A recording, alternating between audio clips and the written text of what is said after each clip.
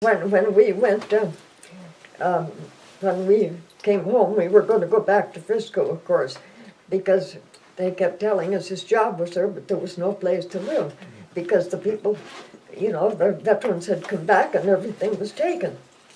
And because he was one of the last ones, that after war was over with Japan, even before he came home. And so there was no place to live. Well, anyway, they were building or working at the co-op market up here at the time. And Really? I can't remember what they were doing, but working on it anyway. And about that time, Eddie Swanson quit the station. He was trucker. And so Art asked Bruce Elmstory if he would want the job. So Bruce went to work for the station. And he was there, let me see, a year or so, about, before Glasgow needed a manager. And so he kind of went and interviewed Glasgow, and Glasgow said, or Bruce said, he knew they had a grocery store in their station, and he said absolutely he knew nothing about groceries, and he didn't want it if the grocery store had to stay.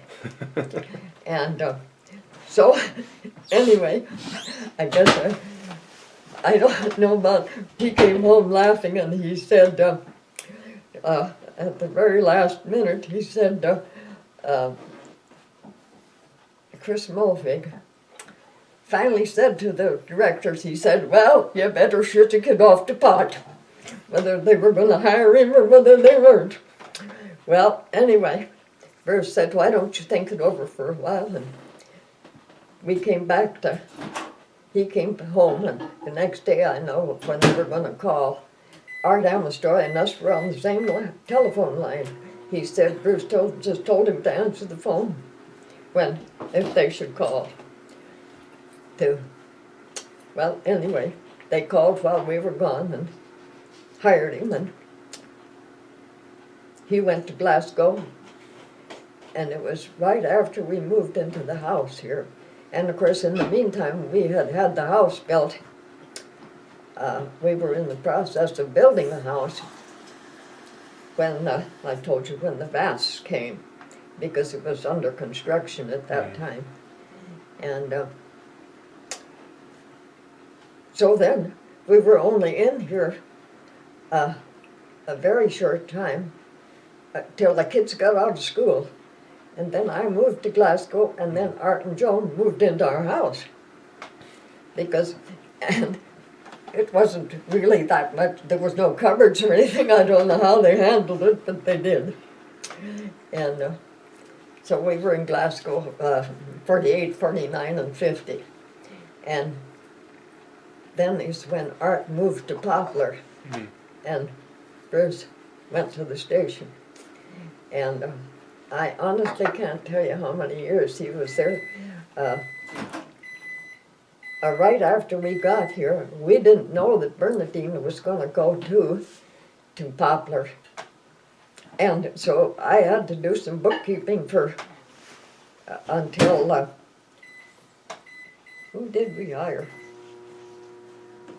I can't remember whether it was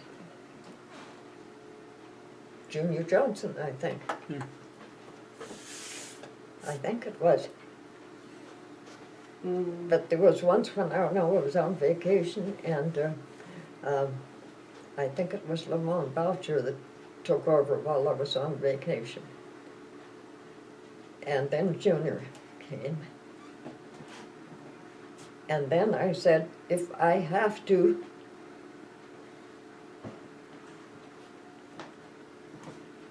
quit and start and quit and start, I said, I'm not going to. I'm either going to stay or I'm going to quit. So then I was there. In fact, I just gave his watch to my grandson that had the 25 years watch. And I don't know how much longer he was there than the 25 years, but it was some. And that's a long time to be there. Well, yeah, it was. and I don't even remember who. Yes, I do too. Hovland took over when we left.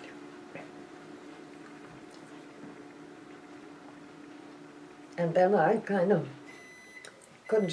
was off for the summer and gardening, and that was fine. But come fall, I went to work in Glasgow at the co-op, I believe, that first year. But I only worked, and then the guy came back, and thank you. And I quit. You And I quit. You said you wanted it back. And I do worked- have tonic water. I worked at the air base for a week until they shut down. Oh. Yeah, I heard they were still building houses as they were tearing everything else down because they were under contract when the base closed.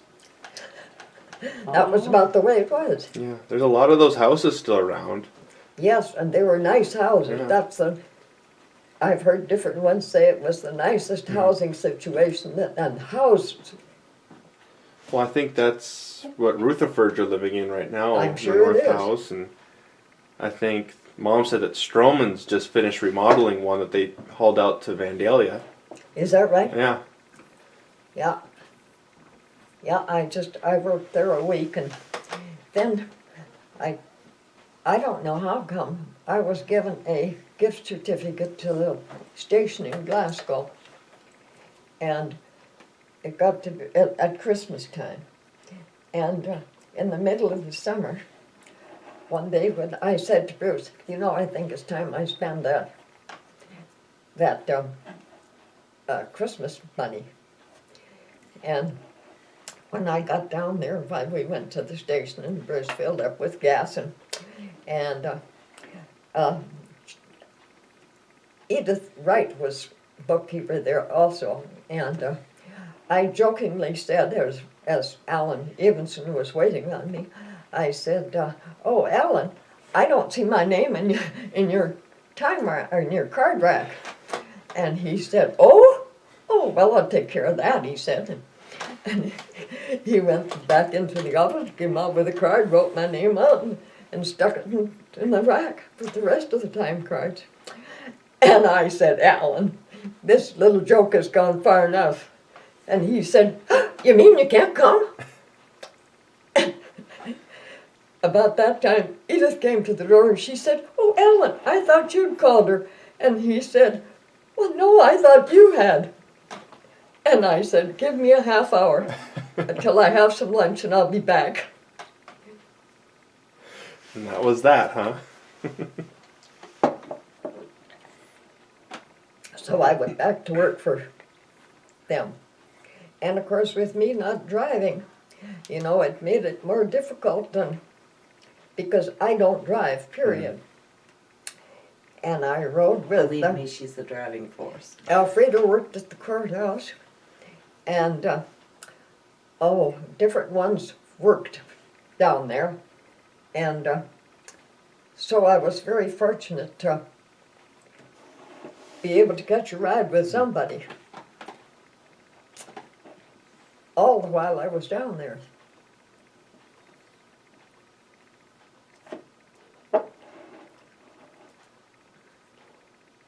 How long did the train stop in Hinsdale? When was the last time it did that? I don't even remember. I honestly don't remember when the... Do you? No. I know. I know when Let's see, I know I was a senior in high school and I was still taking Annette to the train when she'd go to North Dakota. Because the first time she went and Harris Hofstad was still at the depot. And he said to me he'll call me when the train was in the block because he knew Annette was going. And so Annette was here and she was ready, and of course it was in the middle of the night sometime, I can't remember when. And she's, you know, how nervous Annette gets. And she's all flustered about getting up to the station and stuff. And I said, Harris said he'll call me when train was in the block. And she takes everything literally. She thinks a block from the house. You know. And so it took, I don't know how many years for her to figure out that the block was down the way. But she remembers that to this day, that, you know, we'd be sitting drinking coffee and her anxious to go. And Well, that'd make me nervous too if I had to try and catch a train within a block. But she was, we'll never make it. We'll never make it. Just run really fast. Yes, yeah. Got the whole length of the train to catch it. But I don't remember. So that was in, it was still stopping in 58. I had little experience on the train, not this, well, it's been a couple of years now. But anyway, of course, when I can't see, I think Kitty Lou put me on the train. And as she said about my blind friend or something like that when I got on.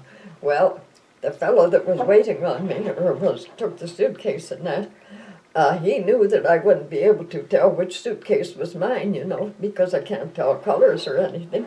He said, I'll put your suitcase right here, and I was riding in the handicap car. Well, the train was horribly late, and by the time we got to Havre, there was a Native American couple got on, and they were brother and sister. Well, I had sense enough to know that my suitcase was out there kind of, I thought possibly in their way, but I asked and they said, no, no. And of course they don't know that I can't see. But, no, didn't bother a bit. Well, anyway, like I said, and they got in Havre, and it was about midnight, I think, when they got on there. And so by the time we got to Shelby, or just before we got to Shelby, I kept hearing these zippers going. And I thought, you know, I don't even remember her having a purse. And then I thought, there's too many zippers for that. And so, anyway, I stood up and looked, and here she's zipping into my suitcase. And I said, and just what do you think you're doing? And she said, oh, I thought it was mine, she said. And they're fairly young. I mean, I suppose they're under 30, both of them. And she's saying, I thought it was mine.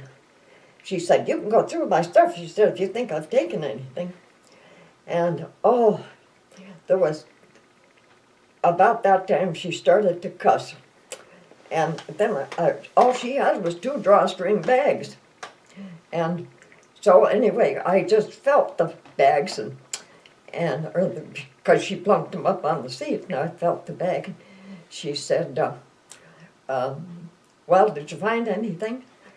After going through my stuff, and I said, lady, I didn't go through your stuff. I said, you did. She was the one that poured it out on the seat then. And she did have a bottle of stuff that we both took. But I had filled mine full of a laxative. I said I was hoping that she'd taken it, but she hadn't. But anyway. Well, that'd be some justice. She started to yell, and I better not, you aren't recording this, are you? It's recording. Oh, well, I won't tell you what she said, but she did say, Said some bad words, evidently, yeah. huh? And I bet she said at least 60 times, and she woke up all the other people in the car, and one of them went to get help, so to speak. And, well, there was an effing word before the bitch.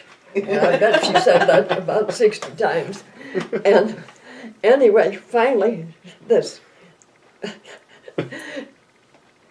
only thing that I missed was a pair of pajamas.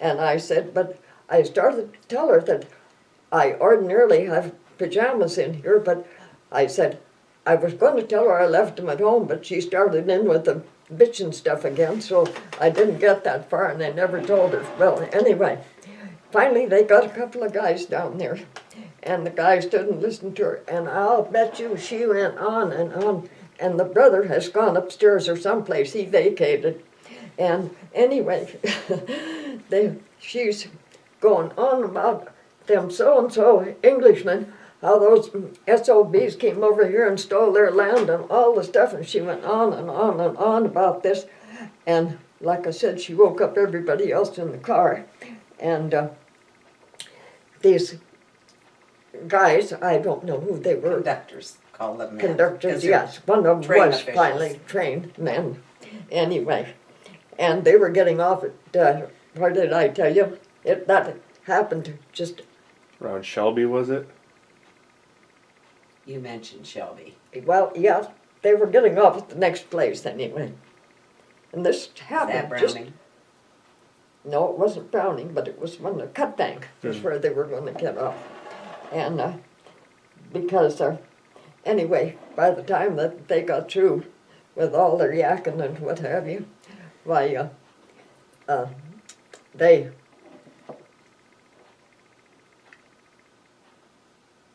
well, what did they do? They gave you a card. They Told you that if He went and got a card, and he said, I'm going to give you the police number for the railroad.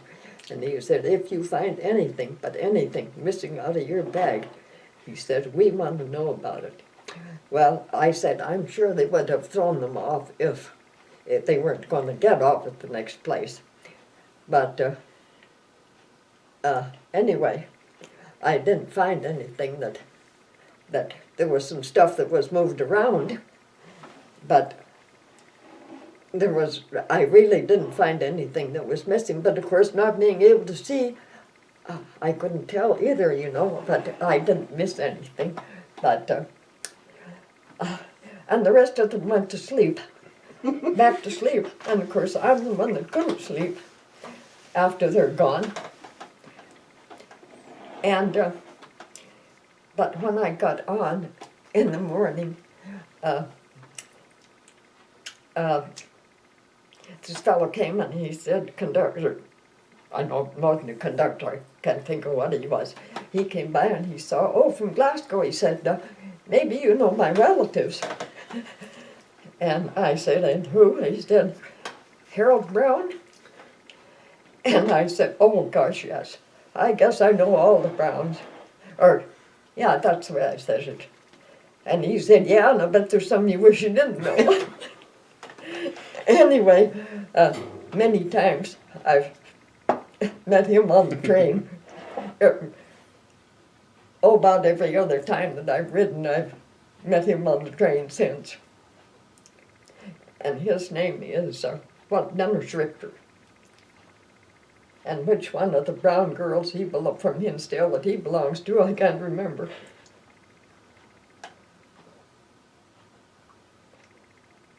But he also, one night when I was to get off in Glasgow, he said, the train was so late again, he said, is there anybody picking you up or meeting you? And I said, well, there was if it had been on time. But I said, no, I couldn't say. And he said, I'll tell you what, I can't remember, it was 5 or 6 people getting off here. He said, I'm going to run upstairs and make contact with them and ask them to take you wherever you want to go. And just about the time he started to turn around, we saw Stella Rosenwald out waiting for me. But I thought he just couldn't have been more thoughtful. Oh yeah, a very nice guy, it sounds like.